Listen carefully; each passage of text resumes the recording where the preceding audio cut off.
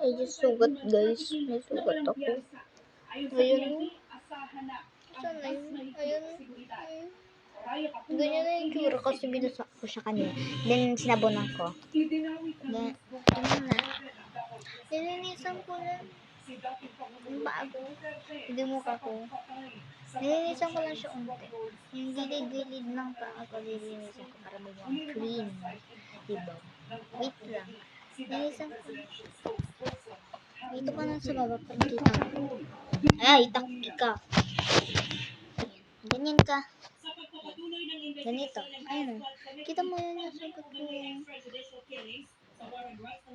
Andiyan na si mama. Grabe, gusto ko siyang tusok-tusokin. May puti-puti. Promise, may puti siya. Ayun. Say ko ngayon, napuputi-puti siya. Siya. Ang naunang pahayag ng Hetman na si Tata o Leopoldo Tan Jr.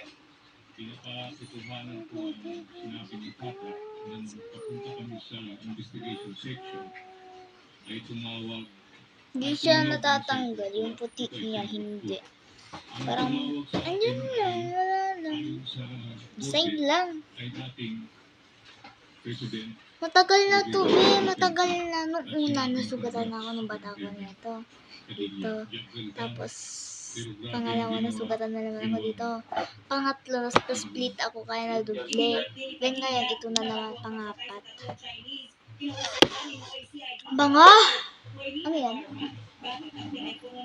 Amoy, di ko lang. Ang bango.